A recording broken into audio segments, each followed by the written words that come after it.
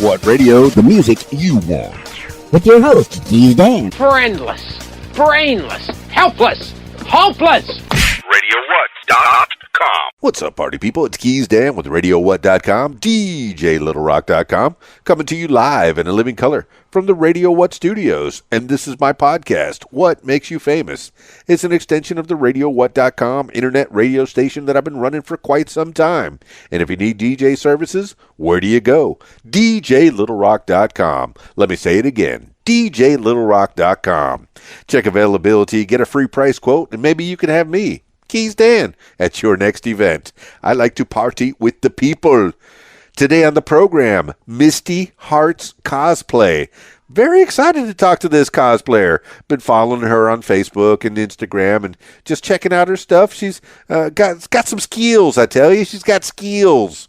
Misty Hearts cosplay. You got to listen to her in your ears in the next few minutes. This week's shows, let's see, I have two public shows this week. I'll be at the Old Post Barbecue in Russellville, Arkansas on Thursday night for the Video Dance Party Karaoke Jam. It's family friendly, so bring everybody. It's a great after-school treat. It's a great after-work treat. They got the best barbecue in town, far as I'm concerned. And they got frosty beverages for the adults in case you care to imbibe. But you know I keep the music family friendly for the people. Come on out to the Old Post Barbecue Thursday night from 6 p.m. until 9 in the p.m. And then on Friday, we get down on Friday over at the Rab in Conway, Arkansas. That's my usual Friday night gig. It starts at 8 p.m. until 1:30, 2 o'clock in the morning, pretty close to 2 in the morning. And that one is an over 21 adults only club. They got the full bar, the kitchen, the pool tables. There's a pool tournament that goes on every Friday night. So if you want to make some money while you're hanging out on a Friday night at the Rab, I encourage you, talk to Jimmy, and he'll help you get into the pool tournament. And if you know angles, you might just be a winner. Everyone's a winner over at the Rab. Come on. Outside on the party patio, they got, I say outside, it's covered. It's a covered patio. They got the foosball and shuffleboard and darts, giant Jenga game, checkers. There's always something to do while you're waiting to sing on stage and be the star of the show with little old me right there at the Rab. Yeah, karaoke time. Oh, it's always a good time. So Thursday night at the Old Post Barbecue, 6 to 9, and then Friday night at the Rab in Conway, Arkansas. The Old Post is over in Russellville, Arkansas, and then the Rab is in Conway, Arkansas, from 8 p.m. until almost 2 in the a.m. All right, let's get into it with Misty Hearts cosplay. Kind of excited to talk to her.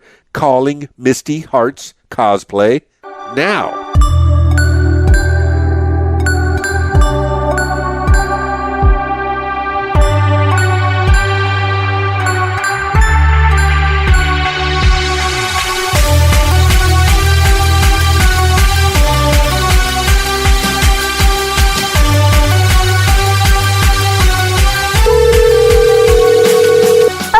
Misty Hearts cosplay, please. This is her. See, I don't know whether to call you Misty or Hearts. Oh, just call me Misty. Play Misty for me. All right. This is obviously Keys Dan from the What Makes You Famous podcast. How's your day? All right. It's all right. How are you? Super duper. All right. Now you're on the show, and give the people a little idea of what a Misty Hearts cosplay is.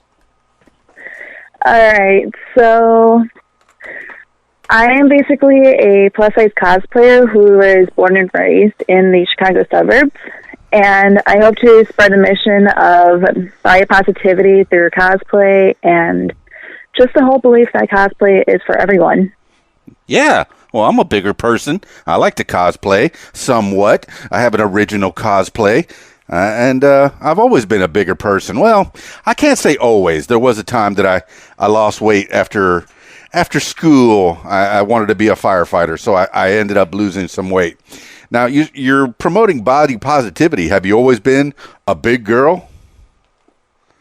Not always. Like, when I was younger, I was more of, like, a skinnier person. Yeah. But then, like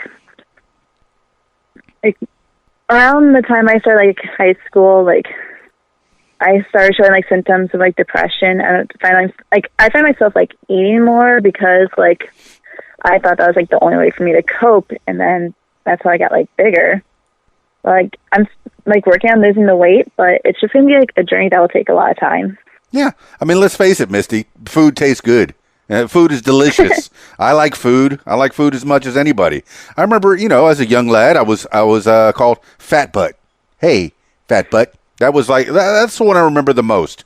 And I would come home and I would say, Mom, the kids call me Fat Butt. And she'd say, yeah, that's fine. Clean your plate.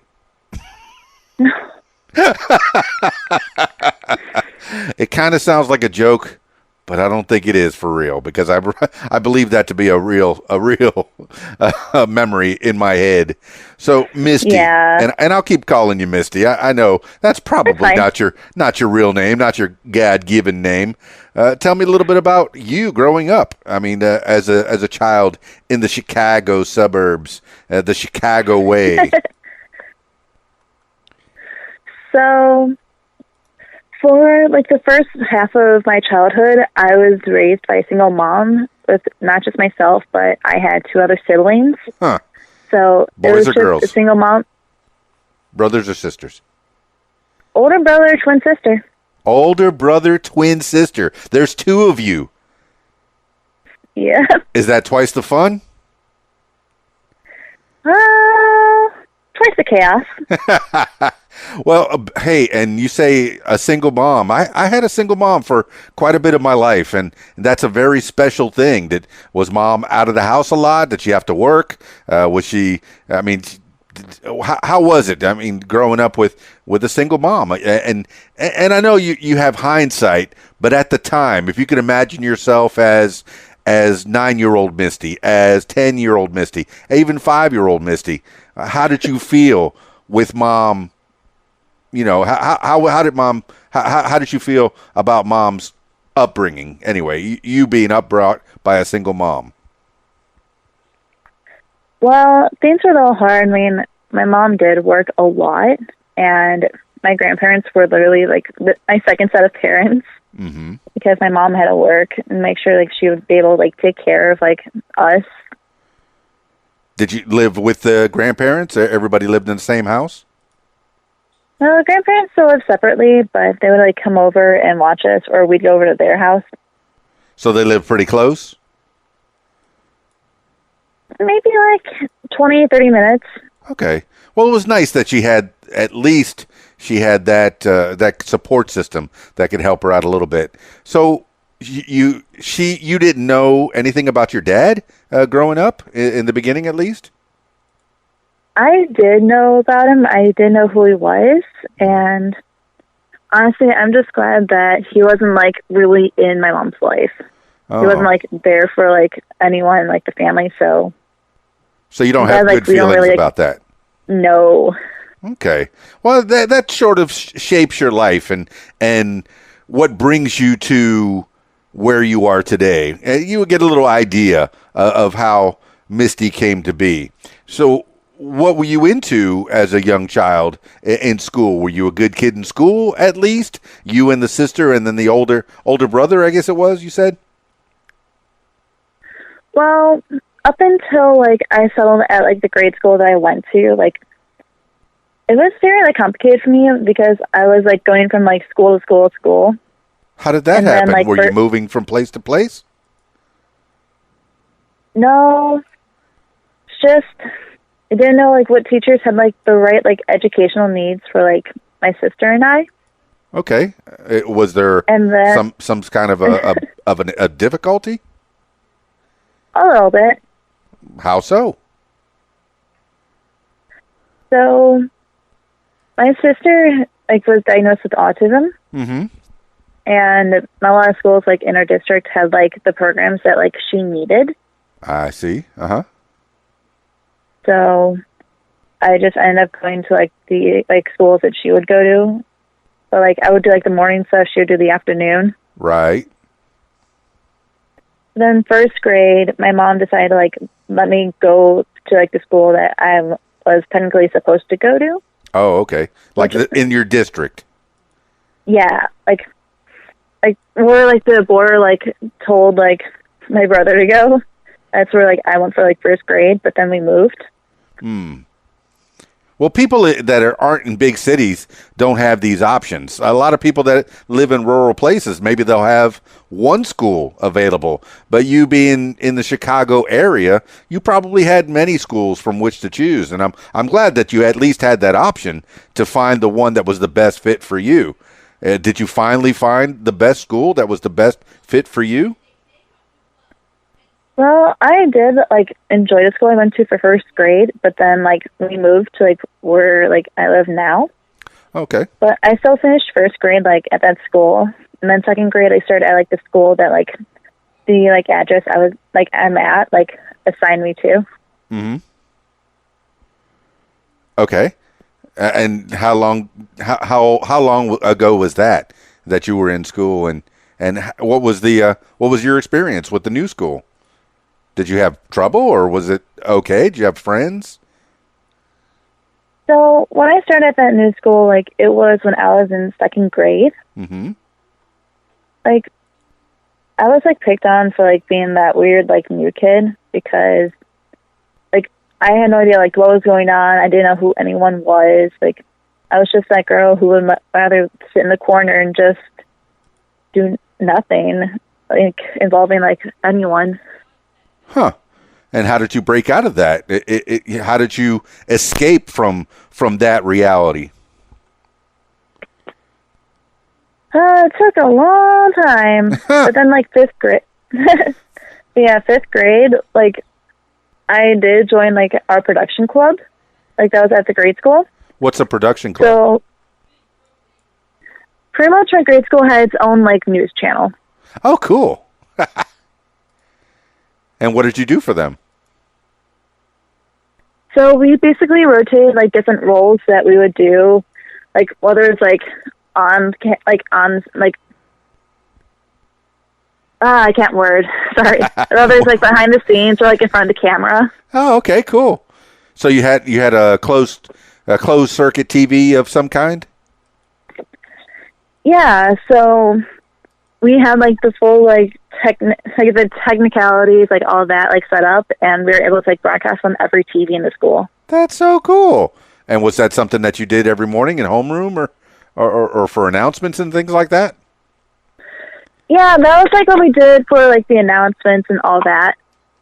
That is neat as can be. I've seen that on TV. I watch the Disney Channel sometimes, and I see them making morning announcements. I don't think that we ever had that in my school. I think that is fantastic. So what was your favorite part of the job? What jobs did you do in second grade learning a little broadcasting, Misty?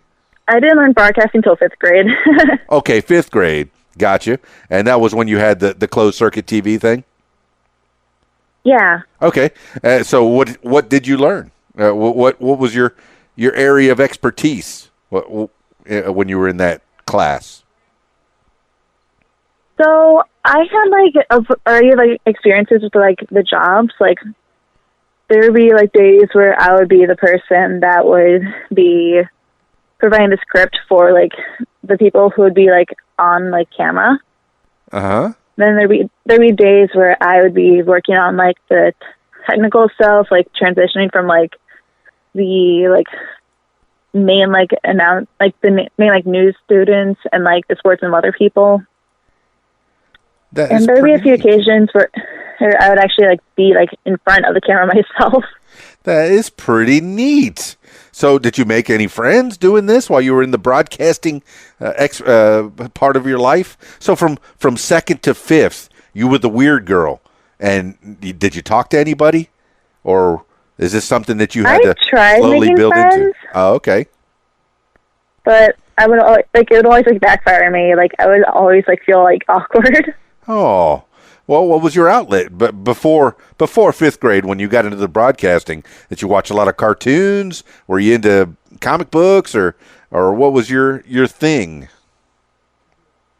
I actually started doing gymnastics around then. Wow, gymnastics. And how, did you excel in that? Was that something that was fun for you? Yeah, I felt like really accepted like doing it, and like it really allowed me like push myself to like actually like try something new, like take a risk and whatnot. Yeah. So what did you like to do in gymnastics? And this was second grade? I started in like late second grade. Wow. Who got you into that? Was that something that your mom said, you know, we got a couple extra bucks, let's go to gymnastics? Or was that a program that was available to people that, well, that were struggling maybe? You know, I'm projecting. I don't know how well off you were with the single mama. Yeah, like I would always like remember like watching like gymnastics competitions and just be like, hey, like I want to try that. And you did. So you balance beamed, you somersaulted, did you backflips? What was your thing? I did everything. Cool. That's pretty cool. And how long did you do that? I kept it up until like my junior year of high school. Wow. So you got staying power. You stayed with it that whole time. That's great. How far did it take you? I mean, did you go into any competitions, or did you win any awards, or did you make any friends doing gymnastics? I'm sure there's teams, right? Yeah, there are teams. Like I was able to make a lot of new friends. I went to like different competitions. I even went to like a couple that are like out of state. That's great. Well, that's good. You build camaraderie. You have teamwork. That shows you're, the type of person that you are. Do you still keep in touch with any of your teammates? I do talk to them sometimes, and like one of my coaches, she actually retired from coaching to focus on like her passion for education. Yeah. So okay. So like I still keep in touch with her. And you did that to your junior year. What happened? What'd you end up doing after junior year? That got you out of this? I felt my commitments from high school, like sophomore, junior, senior year of high school, like I was on the like speech team. Oh, okay. Well, that's something. Yeah, you say you were shyer at first, and now you're on the speech team. What does the speech team do? So I was roped into the speech team because my sophomore year of high school, my English teacher was actually the head coach. Yeah. And she was like, hey, why don't you like try this? I'm like, okay. So did she see something in you? You feel like she felt like you had something that would be valuable to the speech team? Yeah, she saw something in me and told me to try out for it. So like I took the risk and I did it. And how did you feel? I thought it was like a really like enjoyable thing I did. Cool, Misty. Like cool. I enjoyed like the entire experience. All right. So what year did you graduate high school? 2014. 2014. Oh, young lass. I'm very much older than you. But that's fantastic. All right, so we're getting into it with Misty Hearts cosplay. And I know I'm resetting as if I'm on a radio station, which I did many, many years. So I wish I'd have had that in high school like you did, where you had broadcasting experience. Did that take you anyplace else? How far did you go in your broadcasting arena from fifth grade? The broadcasting stuff was only really in grade school. Gotcha. Like, my junior high, didn't really have that. Oh. And the other did high school. But you went through gymnastics all the way through. That's fantastic. Any other areas of endeavors that you were interested in, Miss Misty, until we get out of high school? I was always active in the music and the theater programs. Wow. What you do with them? I was in band. I was in our school's madrigal troupe, which is Renaissance music. What? What did you play? I was actually in band. I did clarinet mainly. You still play? Oh little bit here and there. Please don't lose it. Don't lose that clarinet. I'm not saying that you could be in a band or anything unless you want to be, but don't lose it. And I wish I'd have learned how to play an instrument in school. Don't lose it. So you still have your clarinet? It's somewhere. It's somewhere. She doesn't play it that often. That's what you're leading me to believe, Misty. My job just has me too busy to play. I got you. All right, so you go through high school, and then you say you were in a Renaissance band? What is that? So we just performed like different like Renaissance music. Yeah, and So, did you like, have the dancers that danced around like the Renaissance with I guess very formal dancing? Well, every year high school would have a madrigal dinner. So, like, we have, like, the dancing, like, all the music, like, everything. What's a madrigal dinner? So, it's basically a dinner that's available for everyone where, like, we perform, like, our Renaissance stuff that we have, like, performed in the year. And we also do, like, holiday things. Well, going back to the beginning, I like the food. What kind of food do they serve at a madrigal dinner? Let's see if I even remember, like... I'm thinking big turkey legs, like King Henry or something like that. And, lots of food that you eat with your hands. Am I right? We have those giant turkey legs at the fair that we perform at every year. All right, now I want a turkey leg. I like food. Yeah, like, we did, like, 3 main things with the troupe. Yeah. So... the first weekend of October, we perform at a Renaissance fair where, yes, we had those giant turkey legs. That's cool. And then, like, December would be the dinner. Uh-huh. And then, like, that month, we would also perform at Symphony Hall in Chicago. Oh, that sounds big. How many people were you performing in front of there? Around, like, a couple hundred. Ooh. Like, so they would have, like, different performers, like, spread across like the entirety of the building, and they would perform like before like their like welcome Yule show as well as like intermission. Wow. How'd that make you feel performing in front of hundreds of people? I thought it was very intimidating because like when my group performed, like we were like in the main lobby area. How many people were in your band? So the troupe, if you include like the singers, the actors, and the recorders, yeah, there was about 20 of us. Ooh, see, that's not many. You got, when you perform together, you can kind of share the intimidation, the fear, and if there's not that many, your piece of the fear can still be big. And did you felt a little intimidated performing in front of so many people?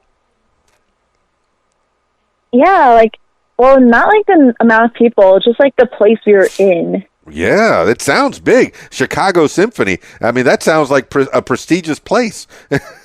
It sounds huge really to me. is. Yeah. I mean, Chicago is a musical town anyway. Yeah. I haven't had the pleasure of getting up there. I haven't spent a lot of time north of the Mason-Dixon. And yes, I said that with a southern drawl, even though I'm from Miami and I transplanted to Conway, Arkansas. So, but you've been in Chicago in the area your whole life. Did you travel any when you were younger? Only for like vacations, which were very seldom. Yes.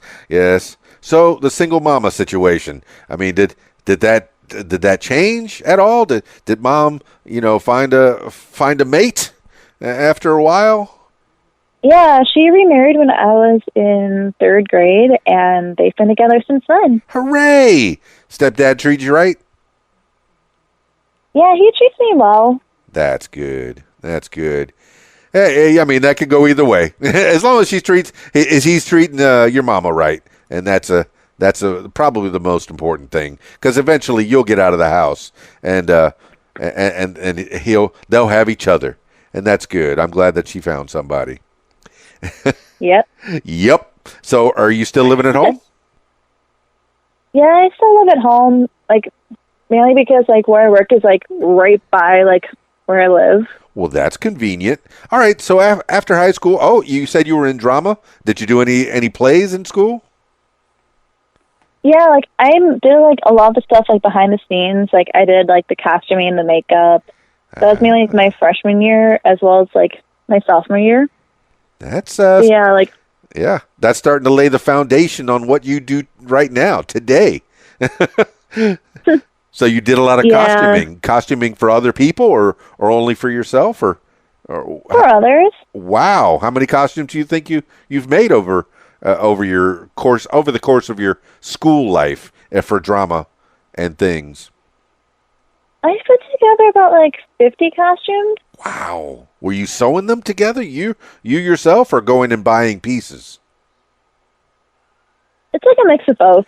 Yeah. Oh, so what do you get more satisfaction out of? Buying the right piece, or finding the right piece on the shelf, or making it yourself on your very own sewing machine? So like the luckiest finds ever, like where you find it like at a thrift shop. Yeah. So like that's like a really like satisfying feeling for me because it's just like, oh, like you see like the same that like meant a lot to like someone else, and then it's just like passed down to like a thrift shop, and now it's in like your possession. Wow, and you find that just the right piece to go with that outfit for that situation. So what kind of plays did you put on? So it was like a mix of like a lot of different things. Like we have like 2 plays that we did like every year, and then we also have like a musical we would do. Wow, a musical too. So are you a singer? Yes and no. Well, that's very telling. Tell me more.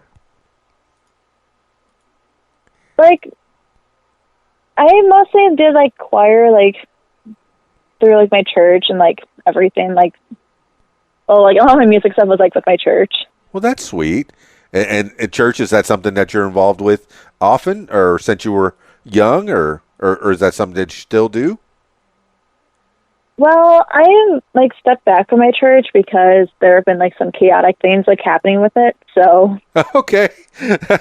But okay. So what kind of religion were you practicing as a young lass? I was born and raised a Catholic.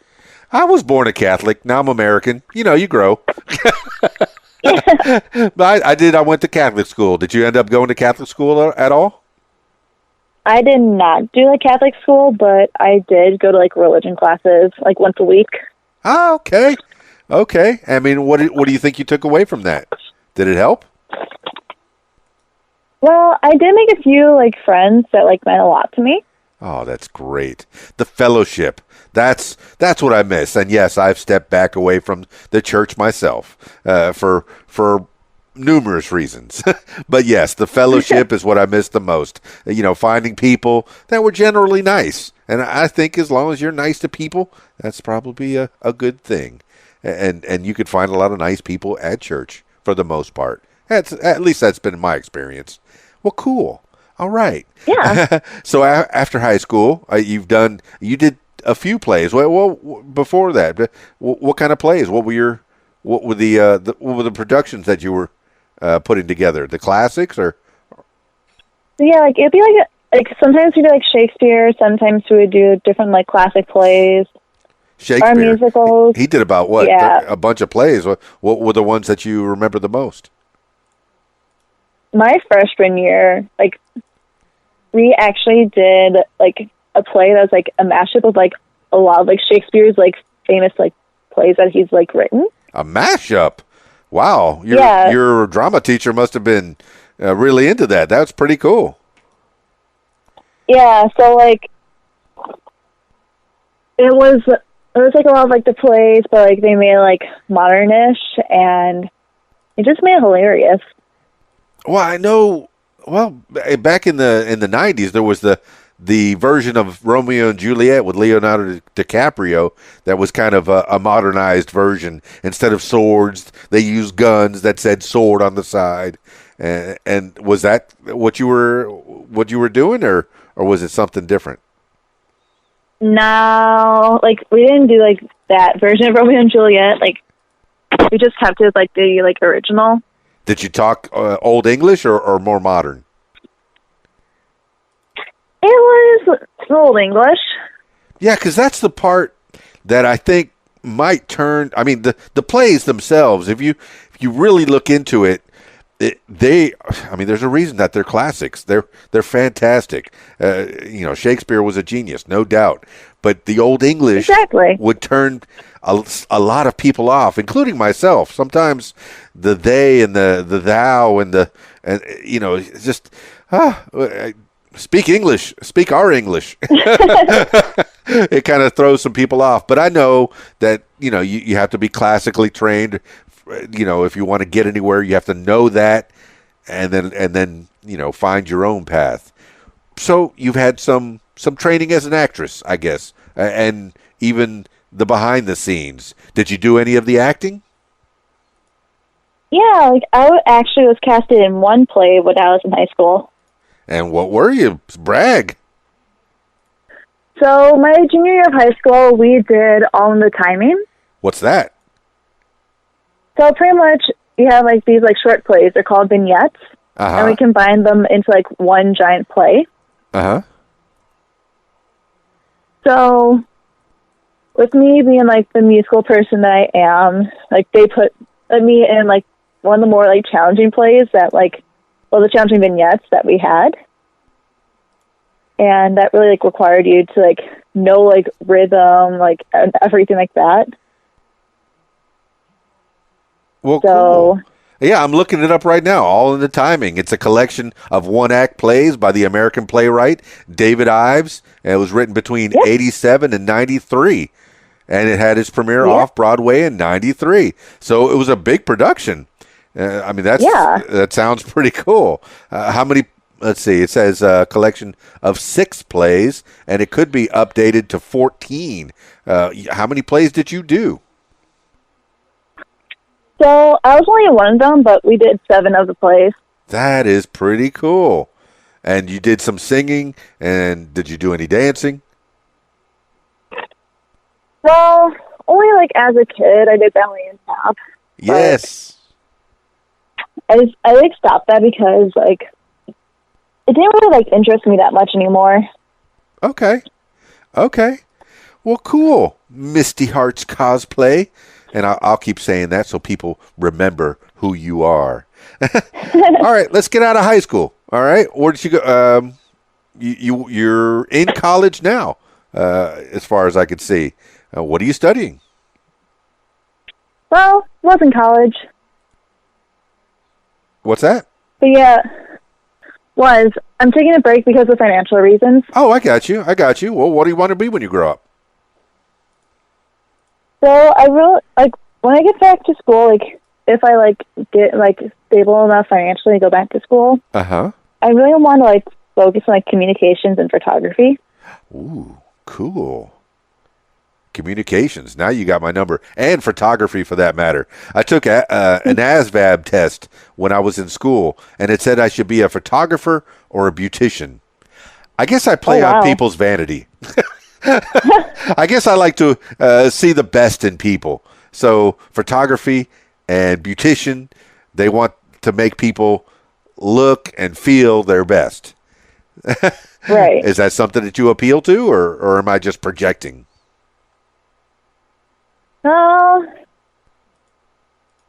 Photography, like it was just like a hobby of mine that like I developed because a few summers ago I went to Costa Rica. Yeah. And I would just be like the person like taking pictures for the family. Well, I'm living vicariously through you. I've never been to Costa Rica. How was that? We went like end of July, beginning of August. It was quite hot. Did you do a lot of the beach stuff, the parties, or was it more of a laid back vacation? It was like a tour thing. But yeah, like we stayed in like San Jose. We went to the Arenal like hot springs.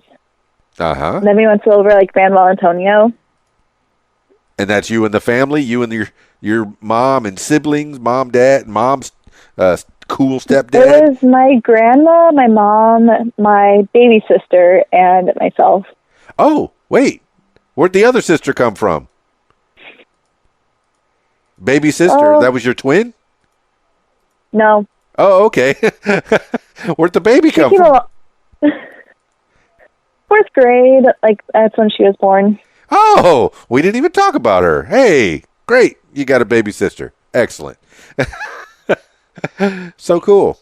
So the families got bigger by one. Yep. Okay. So when you first went to college, were you doing communications and photography? No, like I started off doing music education. Okay. What'd you get out of that? Well, I took the music classes, and then I realized it wasn't like really for me. You know, I've spoken to a lot of musicians on this podcast, and a lot of them, some of them, well, I'd say the majority of them don't even read music, and they kind of learn from tabs and some kind of numeric system, and they really just want to get into doing what they do. The musical theory is boring to the majority of them. Is that what you found? Yeah. Yeah. Very boring.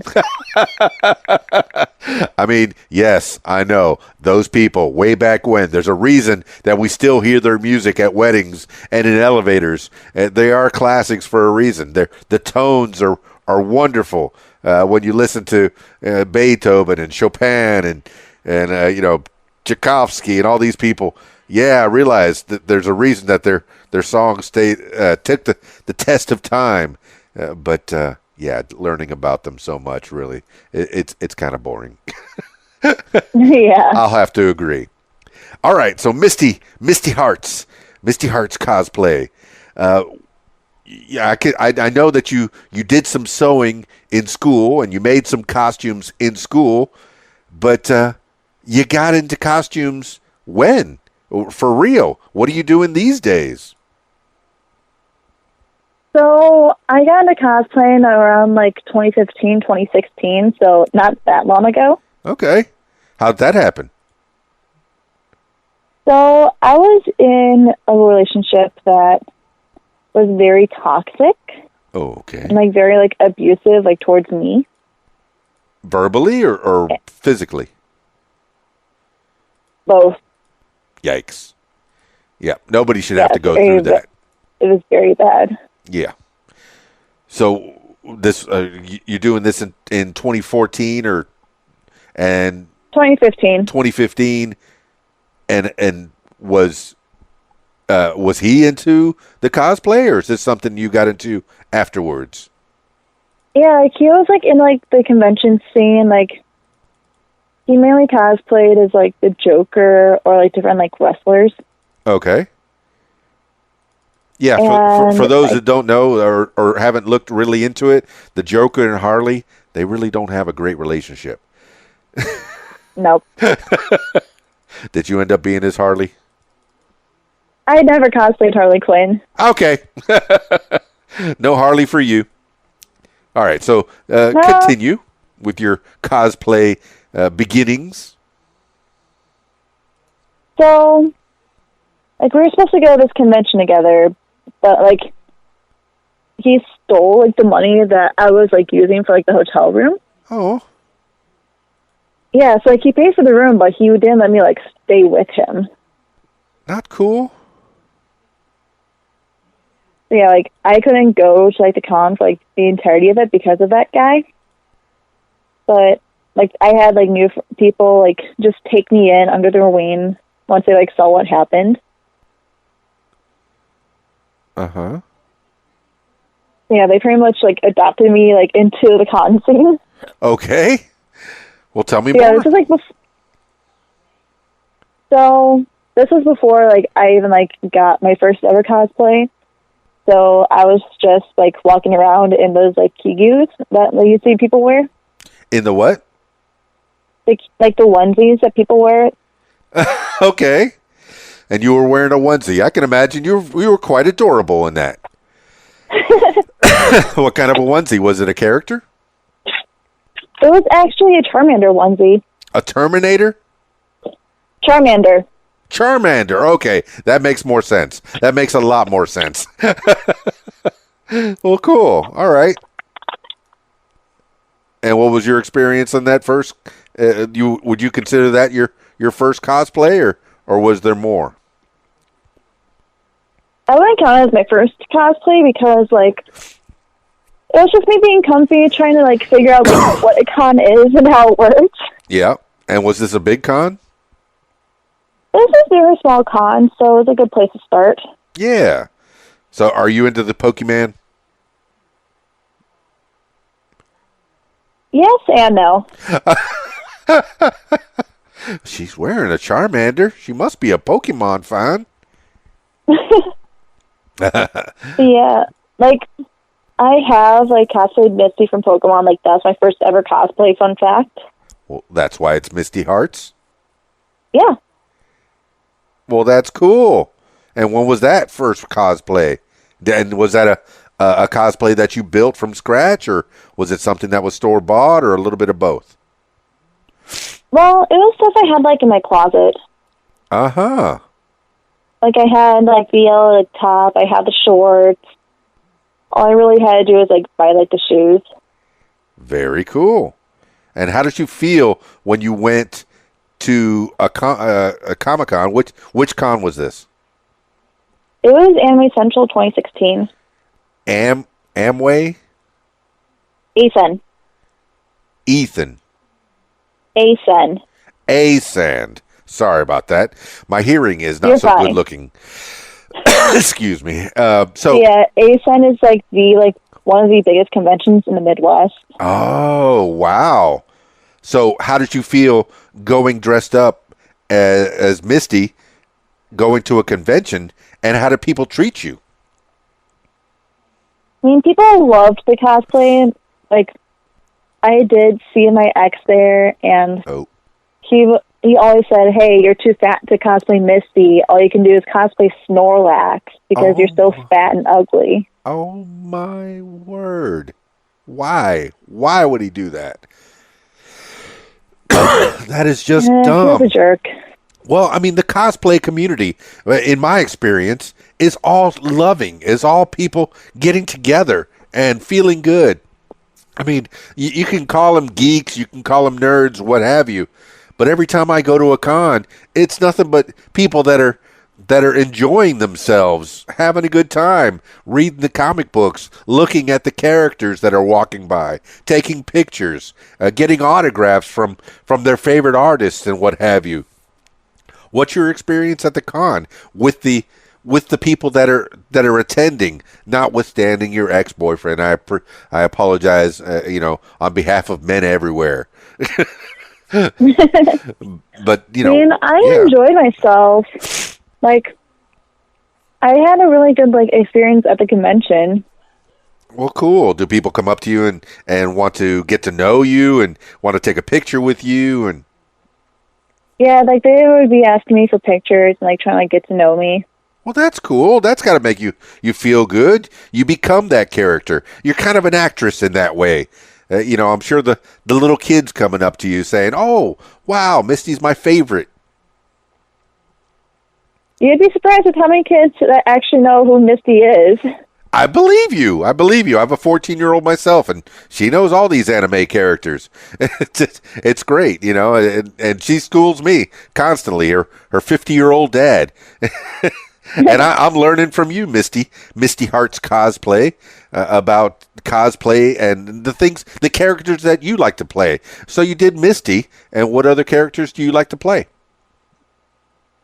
Well, another favorite of mine that I really want to bring back is Lucy from Fairy Tail. And what's that? So Fairy Tail is, well, it's like it's an anime that's, like, really hard to word because, like, that was, like, the first, like, anime I watched. Okay. So it's basically following this character named Lucy, who is a celestial wizard. So she uses, like, keys and summons, like, different, like, spirits. Mm-hmm. And she teams up with this character named Natsu. I cannot talk, sorry. So Natsu is a like fire like dragon slayer. What? Okay. Well, I'm looking at a picture of Lucy Heartfilia, and she's a character, protagonist, and created by Hiro Mashima. I hope I pronounced that name correctly. So you're this fairy tale, is that something that you're into? How did you get a hold of that anime? I read the manga in high school, actually. Manga. How did you get a hold of manga? How did you get into manga in high school? The school library had it. Yeah. So was that your escape in high school when things were getting you down? You go off and you read a comic book? Yeah. I read the entirety of like Fairy Tale. I read Fruits Basket, or on High School Host Club. That's cool. I mean, I think I did the same thing when I was in school. I read a lot of comic books, and I had subscriptions to comic books for that matter, and went to the library. So yes, hey, libraries are a cool place to go. You'll find some cool magazines. So when you were reading your mangas, was it exclusively from the library, or did you go to comic book stores? It was just from the library. From the library. And did you meet some people that were like-minded? And find your own group of people that were into the same things? I was actually someone actually recommended I join like the anime club because like they saw me reading like the mangas that I read. Yeah. Did you do that? Yeah, I joined my junior and senior year. Cool. And how did that make you feel? I thought it was really chill, like a really fun way to like relax. You had a tribe. And just, like, escape. Yeah, you had a tribe. And do you still keep in touch with those folks? Yeah, like I still see them at, like conventions and all that. Oh, so you still see them? Is the Chicago area a very tight knit cosplay community? Do you keep in touch with each other online and such? Yeah, like we always like message each other like either via Facebook or Instagram. Oh, well, cool. All right, so where are you going with this cosplay? I noticed that you have tried to monetize it somewhat. Is that what you're looking to do? You want to be a cosplayer that does cosplay for conventions and gets invitations? Have you ever done that before? I never got invited to attend a con yet. Uh-huh. But then again, my following is not even like that big. Okay. We'll see what we can do to help you out on that. Everybody follow Misty Hearts Cosplay. Do it now. Go ahead. Hit pause. I'll wait. And we're back. So yeah, my Instagram's almost at 3,000. Hey, that's great. Yeah, like it's not bad, but like I definitely know I can like grow more. Yeah. So where do you see yourself going with the cosplay? And you started in 2015, and how many cons do you go to in a given year? It depends. Like there are some cons that I'd be like, hey, like I really want to go to it again. Yeah. And other cons I'm just like, I'm not so sure about like going. You have some mixed experiences when you go to cons? Yeah, cons are hit or miss. Okay. And now dealing with the well, let's go back to the body image thing. Have you not besides him who shall not be named? Have you had other people calling you names and saying that you're too big to cosplay these things? Yeah, mainly on social media though. Boo on them. Social media is like a place that people definitely use to like hide and like attack people. Well, boo on them. And you take that experience and turn it around. What are you doing with the people that are doubting you and downing you and calling you names? Are you interacting with them? I just delete their comments and block them. Okay. Yeah, don't even interact with them. Just send them on their way. Go packing. That's it. Kick rocks. Get out. Yeah, it's like if you're like just like there to like attack me, then why are you even like following my page? Yeah, yeah. All right. Well, I'm looking. I think you're fantastic. I'm looking at all your cosplays. I'm stalking your Facebook right now. And yes, I said stalking. It's a very accurate word. I'm an old man looking at a young girl in her costumes. All right, I said it. No, I think you're fantastic. You put a lot of effort into your costuming, and it's most of it store bought, or do you have a sewing machine that you sew some of your costumes together?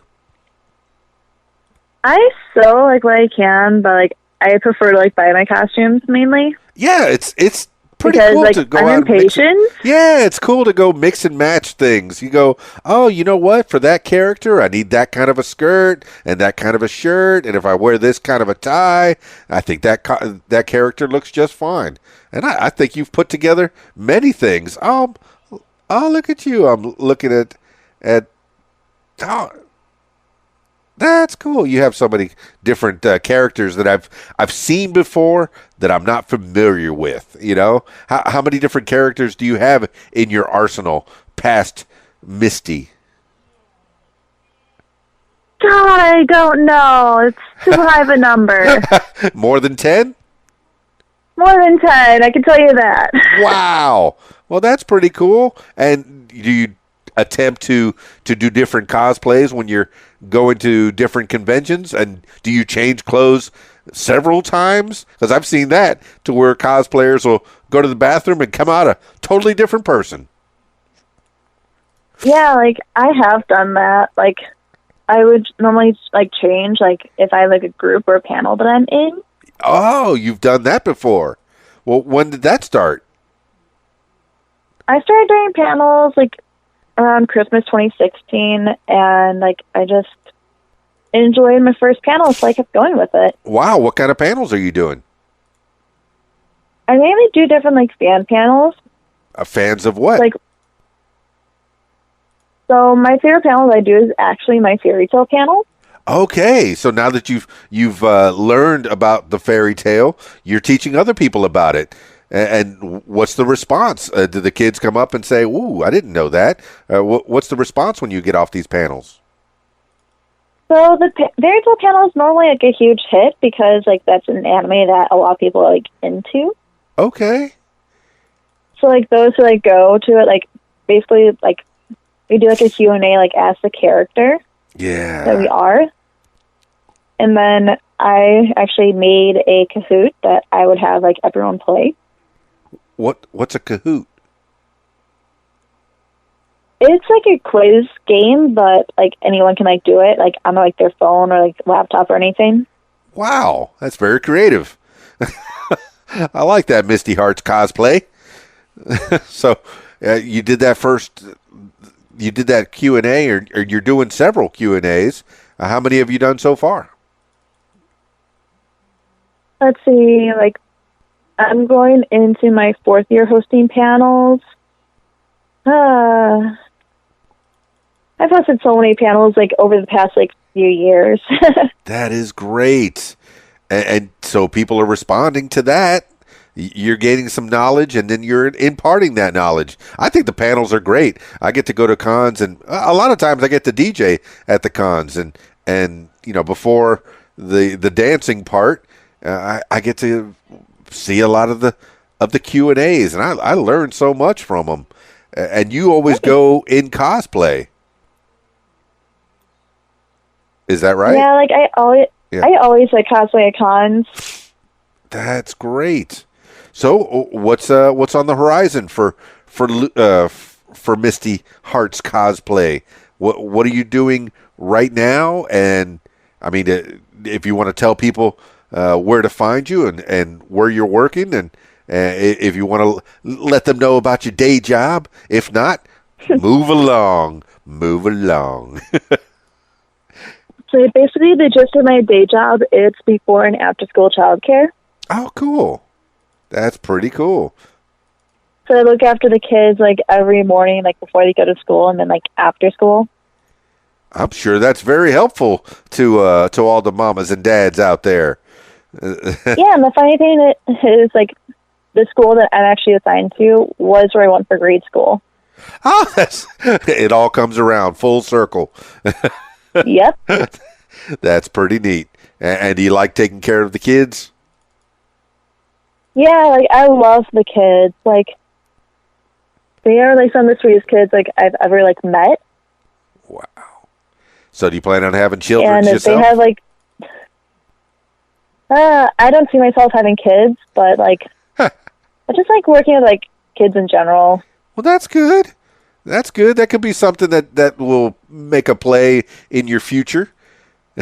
Yeah. So where do you see yourself on the horizon as we round this out? Tell the people how to get a hold of you and what's coming up next for Misty Hearts cosplay. So like my Facebook and my Instagram is just Misty Hearts Cosplay. Mm-hmm. I use TikTok. Okay. Like, it's a really like huge app for like, cosplayers out there. Yeah, I see a lot of fun TikToks coming down my feed. I know they get shared on Facebook and Instagram quite a bit, and I think they're pretty fun. Is that something that you stay active on? Yeah, like after this, I'm actually going to be like making some TikToks myself. That's cool. Well, hopefully I could find that, and I look forward to seeing it. So, tell the people your main goal about cosplaying and body positivity, and give the people the hard line on what Misty Hearts cosplay is all about. So mainly it's to like spread the message that cosplay is for everyone. It doesn't matter like what like size, gender, like race, or like it doesn't matter like who you are. Like if you want to cosplay anyone, you go for it. I like that. And you're going for it. Yep. And do you have a group of friends that you hang around with that go for it together? Have you ever done group cosplays? Yeah, I'm actually a part of like a few different like groups. Yeah. Do you do Pokemon and Fairy Tale and that kind of cosplay, or do you have other group adventures? I have like other group things that like I'm into. Yeah. So like I have done like a fairy tale group with a few of my friends. Well, and like we just did like Lucy Not So Happy. Well, say it again. So like we did a group of Lucy, Natsu, and Happy. Oh, okay, yes. All from the fairy tales, right? You're saying? Yep. Oh, well, that's cool. Well, you're getting together, and I did notice on your Facebook you do have a link tree that leads people to your CAD Idol showcase and your store, and you have a place for PayPal if people want to support you. And I have yet. Like I still need to like delete like the CAD Idol showcase. Like that was for a previous convention. Okay. So like okay. the thing wasn't like approved. So like I still have to take it down. No problem. But then they have the Amazon. Is that like a wish list for you? Yeah, it's like, hey, like if you want to like help me like get the stuff that I need, like here's like the stuff I need. If you can like buy it, that'd be amazing. That's cool. See, I mean, it's nice. If somebody has the means to help you out, you put it out there. Maybe they can. Maybe you could find somebody that could invest in your cosplay endeavors. And if not, you have a place for a coffee to buy a coffee for you. Throw a couple bucks at you, and maybe that'll help you spread your message of love and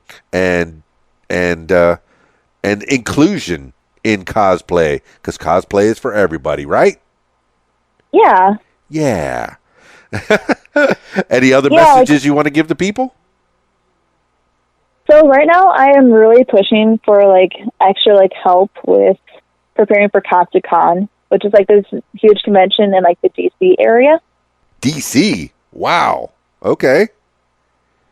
So yeah, like I really need help being able to like get like the flight, like my badge, get the hotel paid for, like, and like whatever I need for like different cosplays. Yes, ma'am. Have you done a lot of cosplays out of state? mainly like in like the Midwestern states, but this is my first con outside the Midwest. Wow. That's a pretty big endeavor for a cosplayer, for anyone really, to step out of your comfort. And I guess that one in D.C. is a pretty big Comic-Con? Yeah, that's like the elitist of like cosplay. Like the elitist of like the cosplayers go to that convention.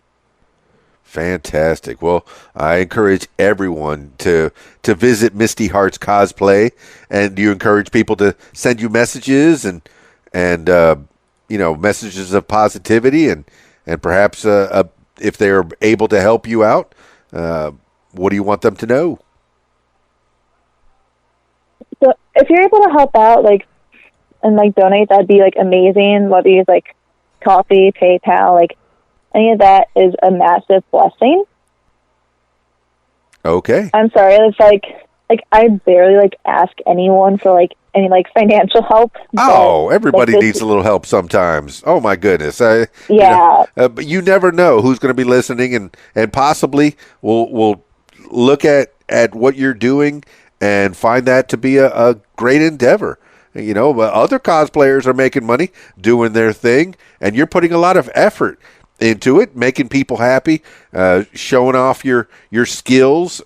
And I think that's worth something. If you could turn something that you love into a career or into a financial help, I think you should. You're doing a job that not everybody can do. I can't cosplay the stuff that you do. I think you're fantastic. Thanks. All right, Misty Hearts Cosplay. I think people know enough about you, or know a little bit about you anyway. Hopefully they could find out more from you directly by searching up Misty Hearts Cosplay everywhere. Any last words for the people? Nothing I can think of, but like just keep supporting cosplayers. Like, don't like choose a cosplayer because of their like quote unquote sex appeal, but choose someone that you feel is like truly like inspiring to you, someone who like is supportive of other cosplayers, and just do what makes you happy.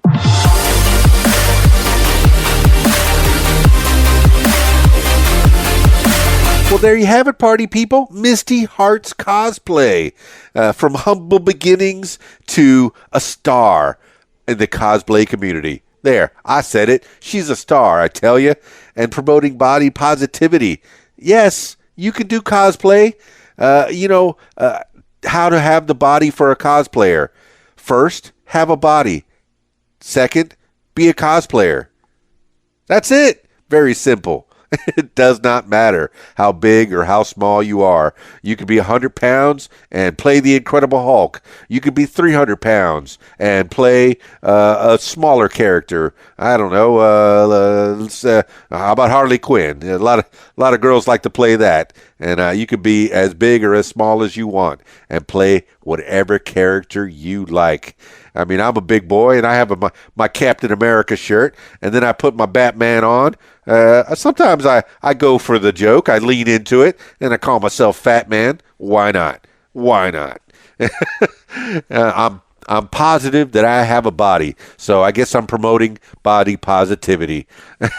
And my weight fluctuates, as active or as non-active as I can be. But I just love yourself, be healthy, and be happy.